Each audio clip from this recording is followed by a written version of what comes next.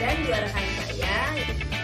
Assalamualaikum warahmatullahi wabarakatuh. Perkenalkan, nama saya Andi Najmi Sopansa dengan NIM 22034310113. Halo, assalamualaikum warahmatullahi wabarakatuh.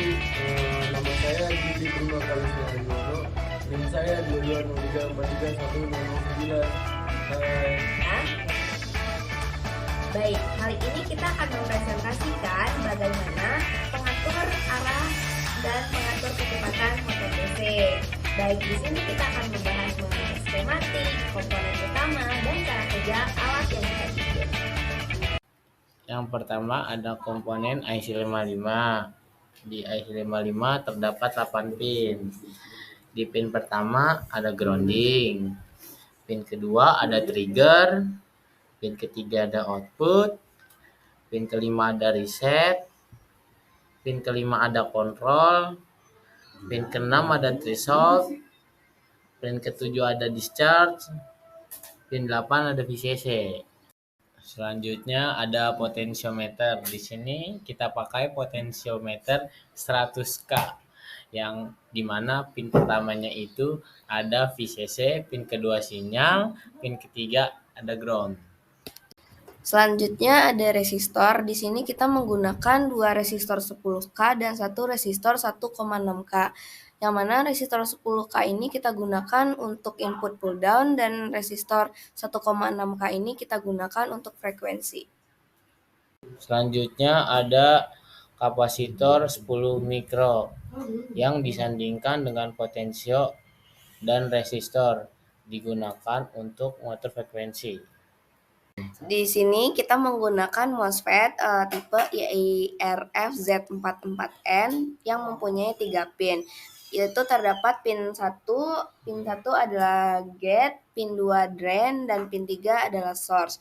Di sini kita memakai IRF-Z44N karena IRF-Z44N ini mampu menghandle daya yang cukup tinggi. Untuk mengatur arah putar, di sini kita menggunakan toggle switch.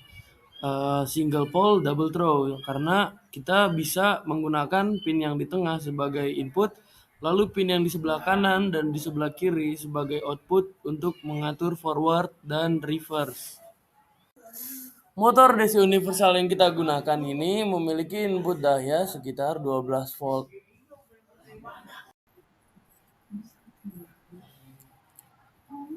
Lalu setelah semua komponen dibeli dan dimiliki, kita pasang seluruh komponen pada proofboard yang berwarna hijau. Kenapa kita memilih yang warna hijau?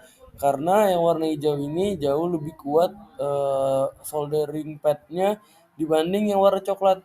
Kalau yang warna coklat itu mudah terkelupas jika terkena solder dengan suhu yang tinggi.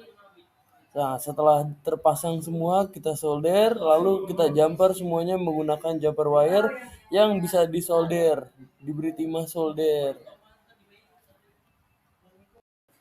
Berikut adalah rangkaian skematik pada Proteus untuk rangkaian PWM dan pengatur arah putar motor DC 12 volt.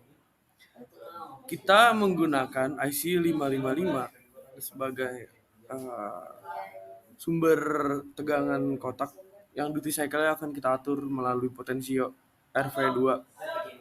Harusnya RV1 itu karena kita sebelumnya memakai potensio yang lain, jadi namanya terlanjur RV2.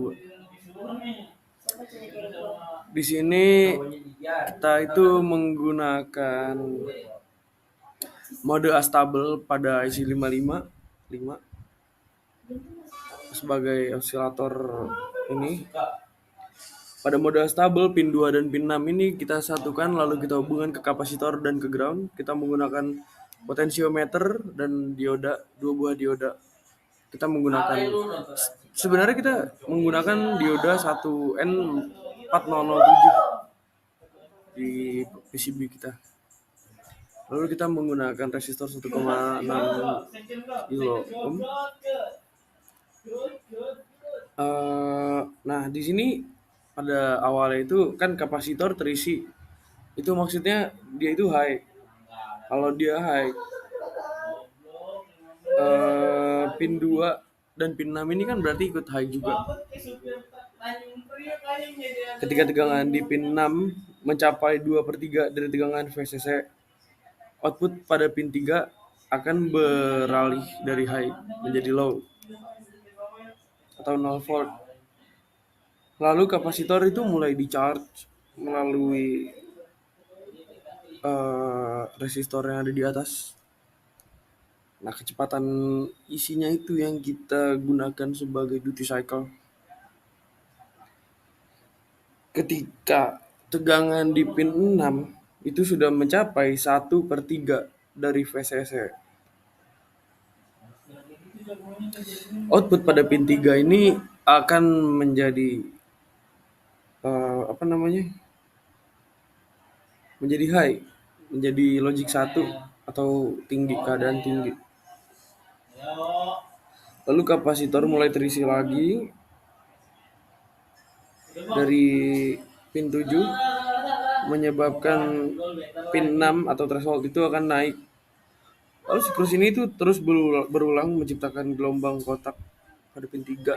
Nah, gelombang kotak itu yang kita gunakan untuk mengatur gate yang ada pada Q1, Q4. Nah, kita menggunakan konfigurasi edge bridge untuk mengatur arah putar. Kita menggunakan sebuah toggle switch untuk menentukan kemana arus akan mengalir, lalu arus itu kan akan memutar motor.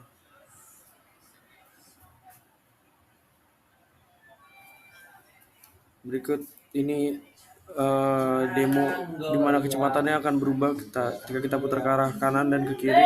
Ke kiri itu semakin tinggi. Lalu kita bisa ganti arah putarnya melalui toggle ini. Di toggle ini kita bisa geser ke atas ke bawah.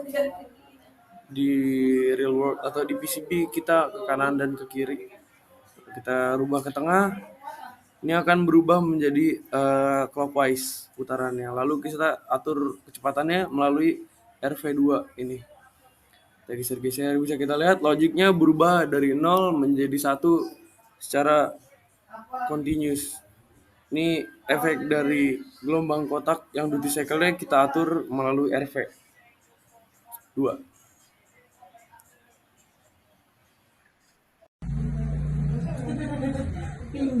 Wah, asli ini mah hilang aja. Tambahin. Apa? Ya gitu aja nggak apa. Tambahin apa? Oh, ini betul.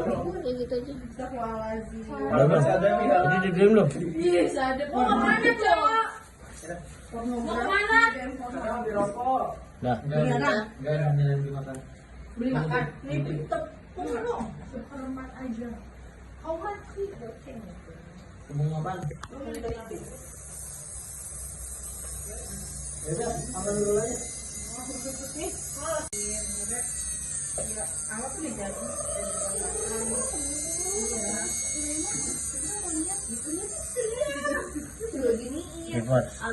Mereka nggak ada jadwalnya, begitu. Mereka dia gitu ngomong gitu, terus belum. Sekarang tuh udah bukan waktunya lagi. Guys, ayo kita kerjain tanggal segini jam ini. Udah nggak ada. Gimana? Sekian dari kelompok 2, kurang lebihnya mohon maaf. Terima kasih dan sampai jumpa di lain waktu. Wassalamualaikum warahmatullahi wabarakatuh. Terima kasih dan jumpa lagi.